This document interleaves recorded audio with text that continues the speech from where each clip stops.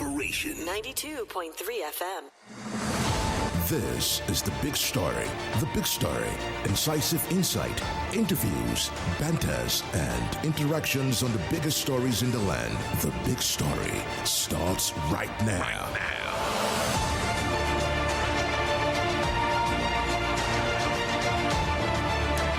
It's The Big Story, Wednesday, 11th of December 2024.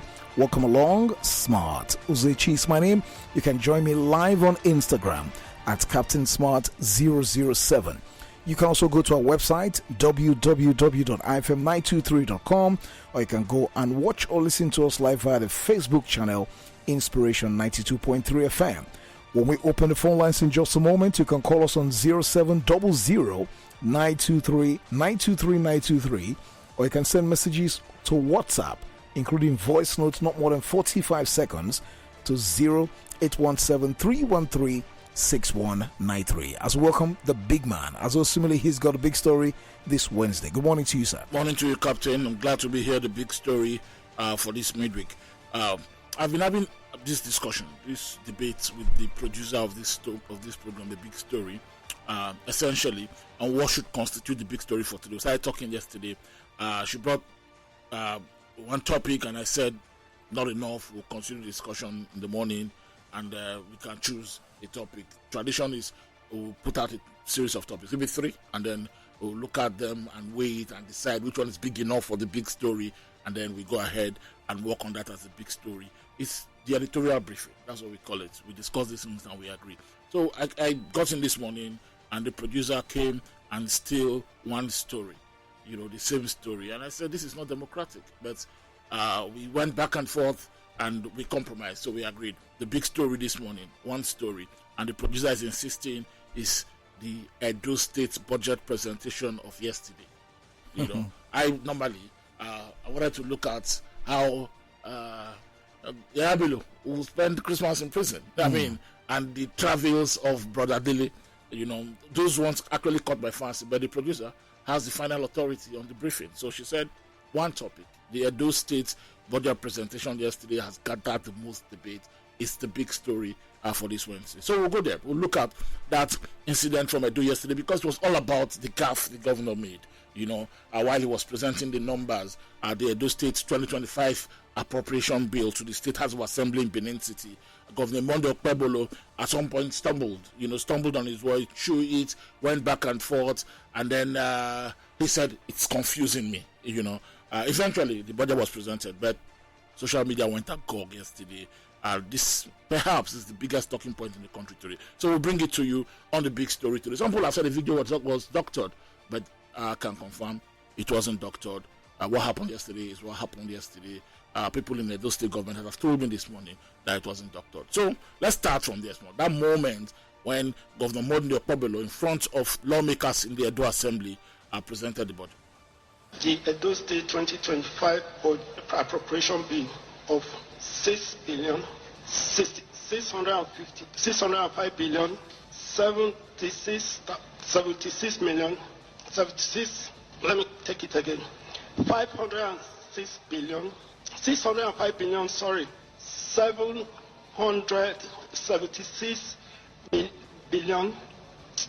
Sorry, it's confusing me. Okay, six. Sorry, six. Order you house, please. Mr. Speaker must be heard in silence, please. 605 billion, and details of the budget proposal for your consideration and approval. Thank you for your kind consideration. That was a moment in Benin City yesterday, and people have been speaking about that. Essentially, people have criticized the governor. Some have, but beyond that, we're going to talk about other issues around it today. The numbers, for instance, the governor and public speeches. Is it a necessity for governance? All of that. But let's go, Mr. Jarrett Tenebe, the chairman of the APC in Edo State. He was one of those who agreed that it wasn't doctored and that It doesn't matter anyway. Listen to Mr. Jared Tinubu, and then I'll come and tell you what one social media commentator has said about that entire incident yesterday. But first, the APC chairman of those states, Mr. Jared Tinubu. It's been social media has been agog with our governor budget presentation about mistake on 650 billion and the rest of it. It's a normal thing. Zuma made such mistakes, and a lot of people make such mistakes. I don't know figures. You see, that is how to know original and innocent people. Obaseki will not make such mistakes because he has stolen billions before. Aswa Ighodalo will not make such mistakes because he has stolen billions before. Monday is not a thief, so he's not familiar with figures. So anybody who wants to talk and continue to talk is nonsense. He's the governor of the state, and he's the governor of the state. He's performing, and he'll continue to perform. Period. Smart. Mr. Jared Tinubu just made it worse. He should have just let it with he doesn't know figures. There was no need to begin to mention the names he mentioned there. Governor Obaseki, Aswa. He doesn't need all that. He should just simply have gone ahead to say Governor Monday Okpebholo doesn't know figures, so it was a gaffe. But that is not the substance, because there's a substance to that budget presentation yesterday. Let me tell you what Reno Omokri, a social commentator people are popular with, a former spokesman to Jonathan, said. He said on the Edo State's governor and his difficulties with the English language, his critics display the deepest inferiority complex and colonial mentality. Is intelligence defined by our ability to speak English? How many Chinese speak English? Yes, they are taking over the world.